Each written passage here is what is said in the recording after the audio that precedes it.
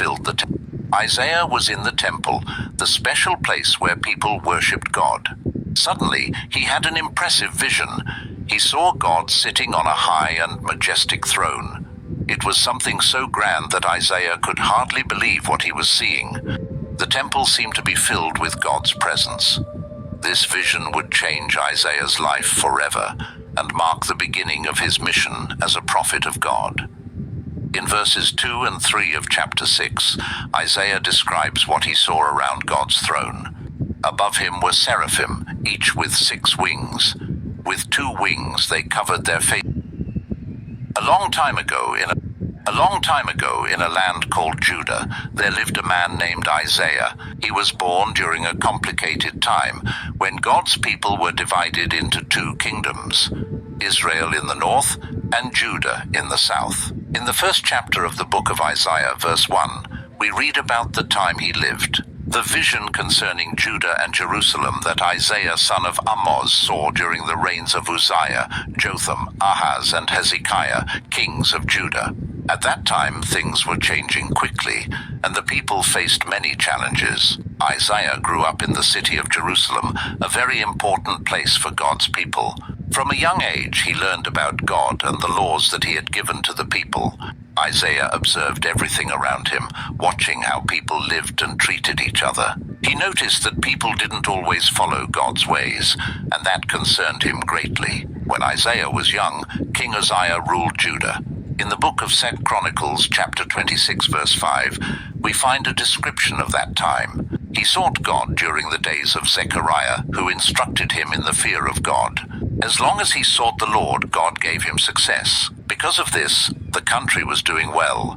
People had food, the army was strong, and they were building many new things. Isaiah saw all this happening around him. He noticed how the cities were growing and how the soldiers were training to protect the country. It seemed like everything was improving and people were happy. But Isaiah also realized that not everything was perfect, and there were hidden problems beneath this prosperity. Even with all this wealth, Isaiah began to notice injustices. Some people were becoming very rich, while others were getting poorer. In chapter 5 of the book of Isaiah, verse 8, we see how he would later speak about this. Woe to those who add house to house and join field to field till no space is left, and you live alone in the land. Isaiah knew that this was not fair and that God did not like this situation. Moreover, many people were starting to worship false gods, forgetting the true God who had freed their ancestors from Egypt. Isaiah was saddened to see these things happening, and he knew that one day he would have to speak out against these issues. Meanwhile, the world around Judah was becoming dangerous. A country called Assyria was growing very strong and threatening to attack Israel, the neighboring kingdom to the north. People in Judah were worried, wondering if they would be next. Some wanted to make deals with other countries to protect themselves. Later in chapter 31, verse 1 of the book of Isaiah, he would speak about this problem. Woe to those who go down to Egypt for help, who rely on horses, who trust in the multitude of their chariots and in the great strength of their horsemen. Isaiah knew that the people should trust in God, not in alliances with other nations. He saw that people were looking for security in the wrong places, and this worried him deeply. One day, something incredible happened to Isaiah. In chapter 6 of the book of Isaiah, verse 1, we read, In the year that King Uzziah died, I saw the Lord, high and exalted, seated on a throne, and the train of his robe filled the temple. Isaiah was in the temple, the special place where people worshipped God. Suddenly, he had an impressive vision. He saw God sitting on a high and majestic throne. It was something so grand that Isaiah could hardly believe what he was seeing. The temple seemed to be filled with God's presence. This vision would change Isaiah's life forever and mark the beginning of his mission as a prophet of God. In verses 2 and 3 of chapter 6, Isaiah describes what he saw around God's throne. Above him were seraphim, each with 6 wings.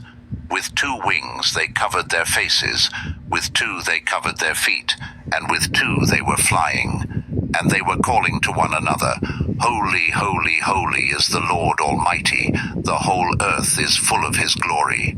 These seraphim were like angels, celestial beings who served God. Their voices were so powerful that they made the temple shake. Isaiah was both terrified and amazed at the same time. He had never seen anything so incredible in his life. The holiness and greatness of God were overwhelming, more than anything he could have imagined. But then Isaiah realized something that troubled him deeply.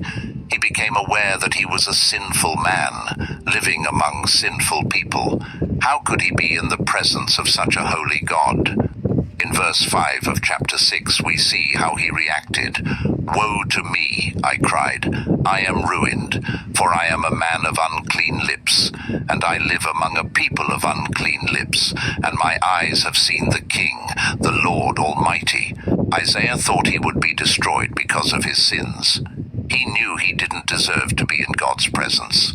This moment of recognizing his own sins and the sins of the people was crucial to the mission God had for him. But God didn't want to destroy Isaiah. Instead, he wanted to purify him and use him for a special task. In verses 6 and 7 of chapter 6 we read, "Then one of the seraphim flew to me with a live coal